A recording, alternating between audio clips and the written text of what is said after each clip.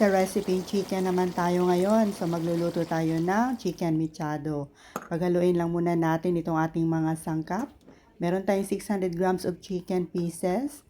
So timplahan lang natin ng konting soy sauce, calamansi juice, at saka ground pepper. And then i-marinate lang natin ang mga 30 minutes. So dito sa isang wok, magpainitan tayo ng cooking oil.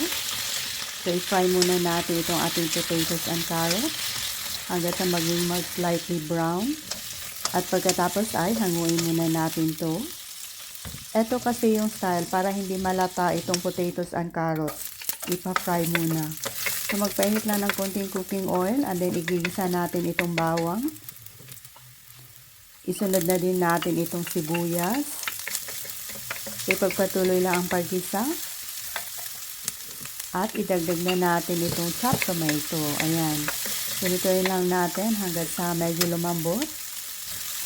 At saka na natin ilalagay itong ating na-marinate na chicken pieces. Pwede din naman kayong gumamit ng ibang parts ng chicken. Itong sa akin ay skinless and boneless chicken thighs po ito. Lutuin lang natin hanggang sa light brown. Yan, pagbalik-balik na rin lang natin. At paghalo-haloin.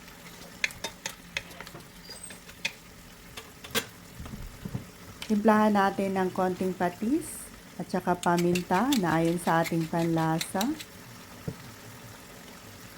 At lalagyan din natin ng kalahating tasang tubig. Then 1/3 cup of tomato sauce, bay leaves. So i-mix lang natin hanggang sa mag-blend po ang kulay and then lutuin lang natin ng mga 10 to 15 minutes. Lagyan natin ng pampalasa, konting seasoning at saka 1 teaspoon of sugar.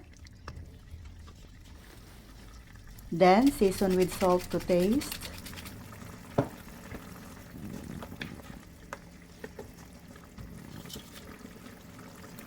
At ilagay na natin itong carrot and potatoes.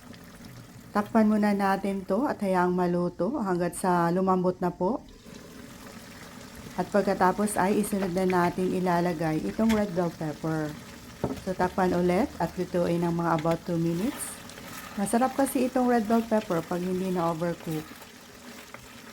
Napakasarap nito, sauce pa lang, ulam na. At pag okay na ay pwede na nating hanguin at iserve na natin kaagad.